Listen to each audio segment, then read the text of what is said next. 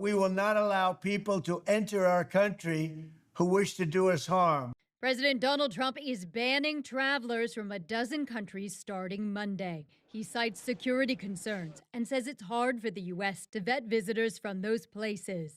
As part of the role of the executive branch is to enforce the border laws of the country and to use discretion and judgment to protect the safety of Americans. The ban is for nationals of Afghanistan, Myanmar, also known as Burma, Chad, Republic of the Congo, Equatorial Guinea, Eritrea, Haiti, Iran, Libya, Somalia, Sudan, and Yemen.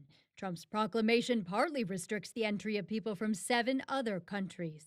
Notably, the list does not include Egypt. That's the native country of the suspect in Sunday's anti-Semitic attack in Boulder, Colorado. A White House official says the president made the final decision about the ban after that incident. You don't have countries like Egypt. You don't have Saudi Arabia, where most of the 9/11 terrorists came from.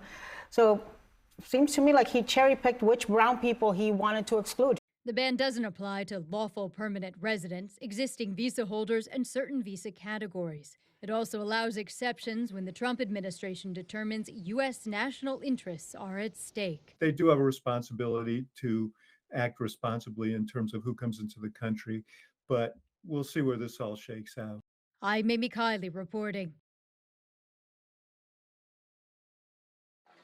As dawn breaks at the U.S. Embassy in Havana, Cubans get in line for increasingly scarce visas. Already for Cubans to travel to the U.S. under the Trump administration was becoming difficult.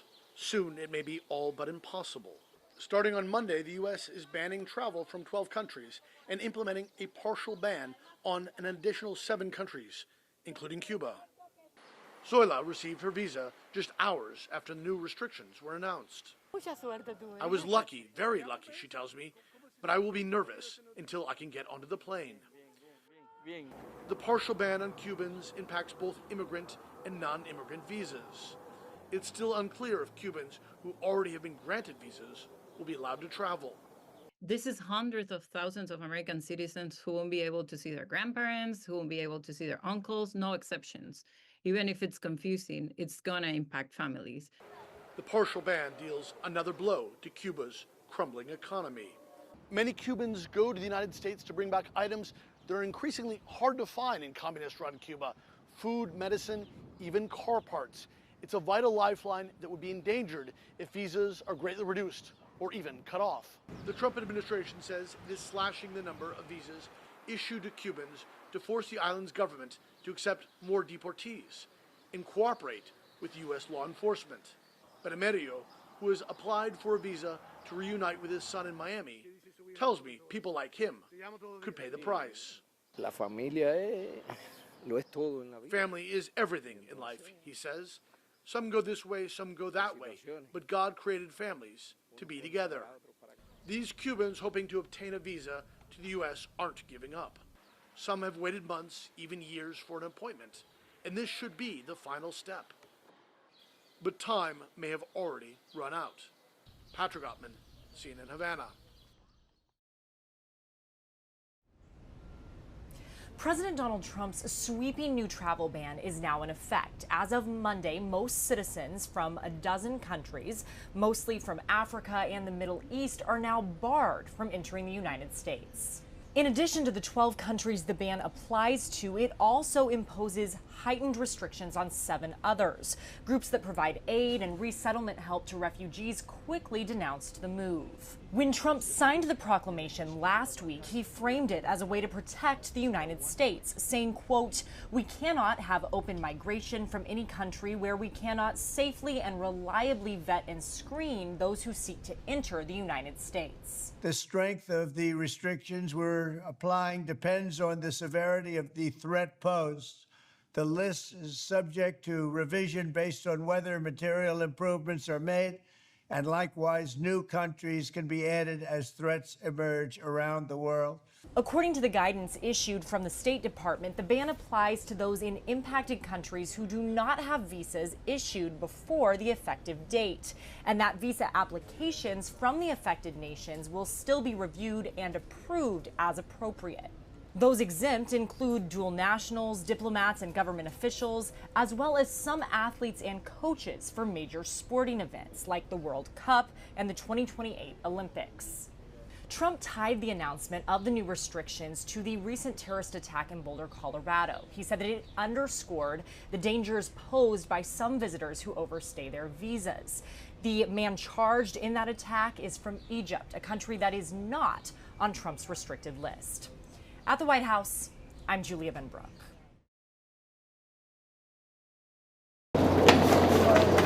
Hundreds of international travelers touching down at Miami International Airport Monday afternoon, some already feeling the impacts of President Donald Trump's latest travel ban. Green card holder Alexis Geraldo landed in Miami from Cuba. His wife was supposed to accompany him, but that's no longer possible. We had hope, he says. We were hopeful to bring my wife and my other baby, but now we can't. This all comes as nationals of 12 countries are now banned from traveling to the United States, and those from 7 others, including Cuba and Venezuela, are facing heightened restrictions. The president citing concerns over safety. We will not allow people to enter our country who wish to do us harm. Among those countries with a full ban is Haiti. It's going to be hard on people. It's not going to be easy on them.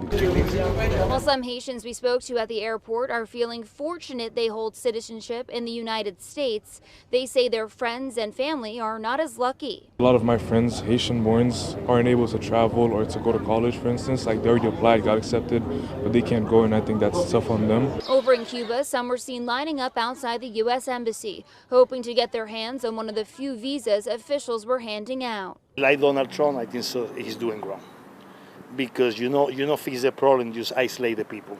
According to the State Department, visas previously issued to people from the countries experiencing a full ban will not be revoked. However, visa applicants who have yet to receive their visa will be denied. These travelers hoping the president reverses course. I think it's unfortunate that a lot of brilliant minds in Haiti aren't able to travel to pursue their studies.